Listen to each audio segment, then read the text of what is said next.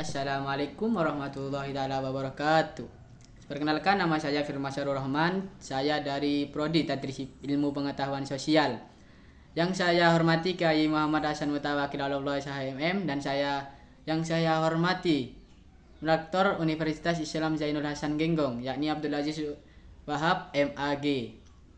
Dan yang saya hormati Bapak Prodi Tadris Ilmu Pengetahuan Sosial, yakni Bapak Babul Baharudin MPD. Dan yang saya hormati segenap jajaran dosen tetap Tadris IPS, dan yang saya hormati dosen pengampu mata kuliah Psikologi Pendidikan, yakni Vika Anjana MPD. Marilah. Nah, baik, di sini saya akan menjelaskan tentang kejenuhan dan kesulitan belajar. Yang A, kejenuhan belajar. Pengertian kejenuhan belajar. Yang kedua, faktor-faktor yang menyebabkan kejenuhan belajar. Faktor-faktor yang menyebabkan kejenuhan belajar itu ada 2 faktor. Yang pertama, faktor jasmani, dan kedua, faktor psikis. Berdasarkan literatur terdapat 5 faktor penyebab kejenuhan belajar. Jadi penyebab kejenuhan belajar itu ada 5 faktor.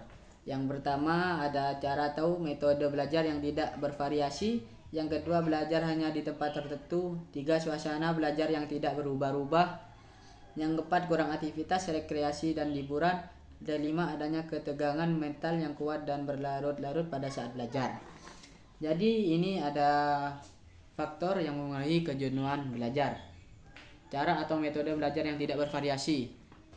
Jadi cara belajar yang bervariasi itu sangat dibutuhkan oleh siswa agar siswa tidak jenuh untuk belajar. Yang kedua, ada belajar hanya di tempat tertentu. Kalau belajar hanya di tempat tertentu itu emang sangat jenuh. Jadinya kita harus belajar berpindah tempat agar tidak jenuh untuk belajar. Yang ketiga, suasana belajar yang tidak berubah-ubah. Nah, ini sama saja dengan yang nomor 2 tadi. Yang keempat, kurang aktivitas, reaksi, dan hiburan. Kita belajar boleh, tapi hiburan kita harus. Seperti rekreasi kemana gitu. Dan yang selanjutnya, mengatasi kejenuhan belajar. Yang pertama, menerapkan metode pembelajaran yang bervariasi. Yang kedua, melakukan pendekatan kepada peserta didik. Ketiga, melakukan evaluasi pada tahap akhir pembelajaran. Yang B, kesulitan belajar. Pengertian kesulitan belajar itu sangat susah.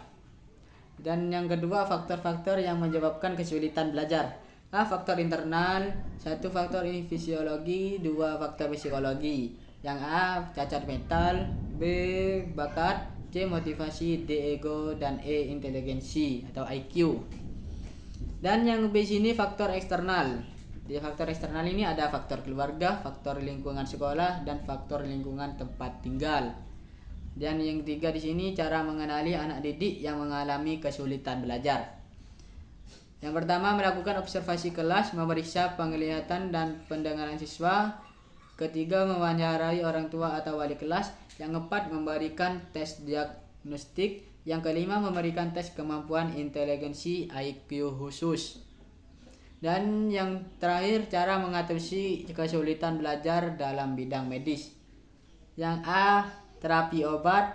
Yang B, terapi perilaku. Yang C, psikoterapi sportif. Yang D, pendekatan psikososial lainnya. Di sini pendekatan psikososial lainnya ada psikoedukasi orang tua dengan guru, pelatihan keterampilan sosial bagi anak, pelatihan sosial bagi anak, dan pelaksanaan di bidang pendidikan. Jadi itu penjelasan yang saya pahami tentang kejenuhan dan kesulitan belajar. Cukup sekian presentasi dari saya.